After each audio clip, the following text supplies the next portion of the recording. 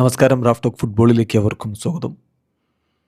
UEFA champions ലീഗിൻ്റെ pre quarter fixer നിർണയ നറുക്കെടുപ്പിൻ്റെ സമയത്ത് ബാഴ്സയ്ക്ക് എതിരാളികളായി വരാൻ സാധ്യതയുണ്ടായിരുന്നത് ഒന്നുകിൽ PSG അല്ലെങ്കിൽ ന്യൂക്യാസിൽ യുണൈറ്റഡ് ആയിരുന്നു. സോ PSG കിട്ടാതെ ന്യൂക്യാസിലിനെ കിട്ടിയതിൽ ഹാപ്പിയാണോ? ഇതാണ് ഹൻസി ഫ്ലിക്കിനോടുള്ള ചോദ്യം. ഇന്ന് അവർക്ക് ലാലിഗയിൽ കളിയുണ്ട്. VRLുമായിട്ടാണ് കളി. ആ കളിക്ക് മുന്നോടിയായിട്ട് ഇന്നലെ നടത്തിയ പ്രീ മാച്ച് പ്രസ് കോൺഫറൻസ്, അത് യുവേഫ ചാമ്പ്യൻസ് ലീഗിൻ്റെ ഫിക്സർ നിർണയ നറുക്കെടുപ്പ് കഴിഞ്ഞ ഏതാനും മണിക്കൂറുകൾക്ക് ശേഷം നടന്ന പ്രസ് കോൺഫറൻസ് ആയതുകൊണ്ട് തന്നെ സ്വാഭാവികമായിട്ടും ഈ വിഷയത്തിലുള്ള ചോദ്യം വന്നു.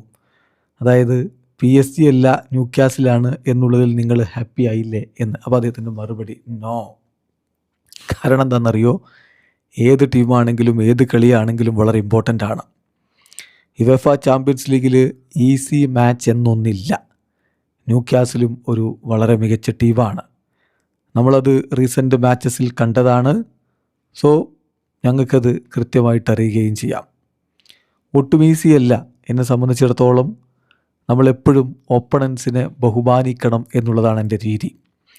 എല്ലാവർക്കും ഫൈനലിലെത്തണം. എല്ലാ ടീമുകളും അതിന് തന്നെയല്ലേ കളിക്കാനിറങ്ങുന്നത്. അങ്ങനെ തന്നെയാണ് ഞങ്ങളും. സോ ന്യൂക്യാസിലും അതേ ലക്ഷ്യം വെച്ചാണ് ഇറങ്ങുന്നത്.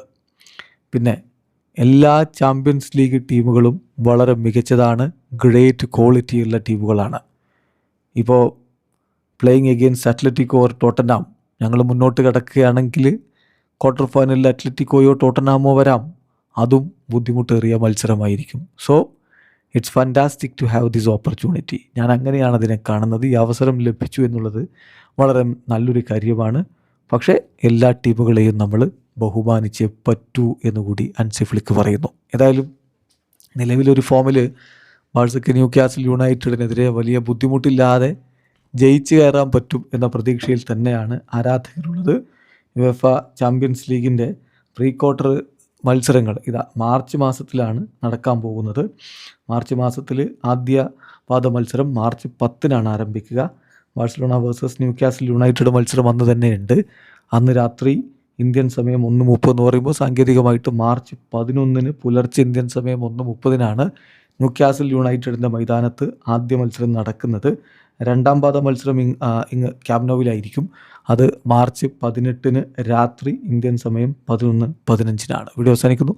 ഫുട്ബോൾ ലോകത്ത് കൂടുതൽ വിശേഷങ്ങളുമായി റാഫ് ടോക്സ് വീണ്ടും എത്താം.